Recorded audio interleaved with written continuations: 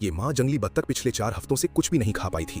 उसके शरीर की लगभग सारी चर्बी खत्म हो चुकी थी। अपने नीचे रखे उन अनमोल अंडों की रक्षा के लिए उसका वजन लगभग आधा रह गया था, लेकिन वो हार नहीं मान सकती थी। अब सबसे अहम समय आ चुका था, क्योंकि ये सभी अंडे एक ही दिन नहीं दिए गए थे। अगर बच्चे अलग अलग समय पर निकलते तो सबसे छोटे बच्चों की जीवित रहने की संभावना बहुत कम होती।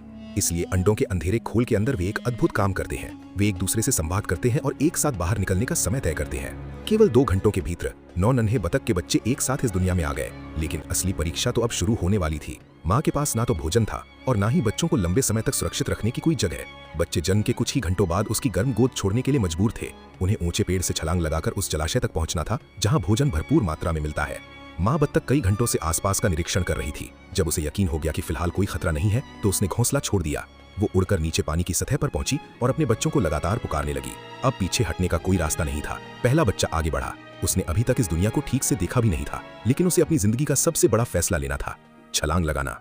लेकिन इतने ऊंचे पेड़ से कूदते समय ये बच्चे डरते क्यों नहीं? क्योंकि उनका शरीर बेहद हल्का होता है। उनका वजन केवल लगभग 50 ग्राम होता है। गिरते समय शाखाएं उनके वेग को कम कर देती हैं, इसलिए उन्हें गंभीर चोट नहीं लगती। इसके अलावा उनका पूरा शरीर मुलायम रुई जैसे पंखों से ढका होता है, जो प्राकृतिक एयर बैग की तरह काम करते हैं। उनके शरीर की हड्डियां भी अभी पूरी तरह कठोर नहीं होती, इसलिए उनमें लचीलापन अधिक होता है और हड्डी टूटने का खतरा कम रहता है। गिरते समय वे स्वाभाविक रूप से अपने पैर और पंख फैला लेते हैं, जिससे उनकी गति और धीमी हो जाती है। लेकिन जब ये सब इतना जोखिम भरा है तो माँ बत्तख घोंसला इतनी ऊंचाई पर क्यों बनाती है?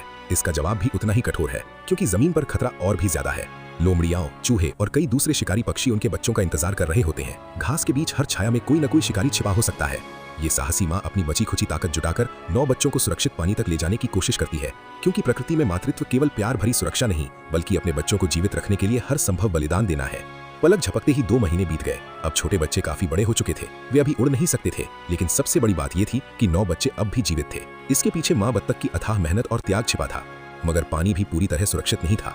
एक जल शिकारी पहले ही उन्हें देख चुका था। वो चुपचाप पानी के नीचे उनकी ओर बढ़ रहा था। बच्चों को महसूस हो गया कि खतरा करीब आ रहा है और वे सतर्क हो गए। अचानक शिकारी पानी के नीचे से बिजली की तरह बाहर निकला। 2 बच्चे डर के मारे घबरा गए, लेकिन सौभाग्य से वे उसके हमले से बच निकले। फिर भी शिकार खत्म नहीं हुआ था। शिकारी ने दोबारा हमला करने की तैयारी की। उसने शिकार की दिशा पहचानी और फिर से पानी के भीतर गायब हो गया। माँ बत्तख जानती थी कि हर बार किस्मत उनका साथ नहीं देगी, इसलिए उसने खुद को झुंड से अलग कर लिया और पानी की सतह पर तैरने लगी, ताकि शिकारी उसे कमजोर और आसान शिकार समझे।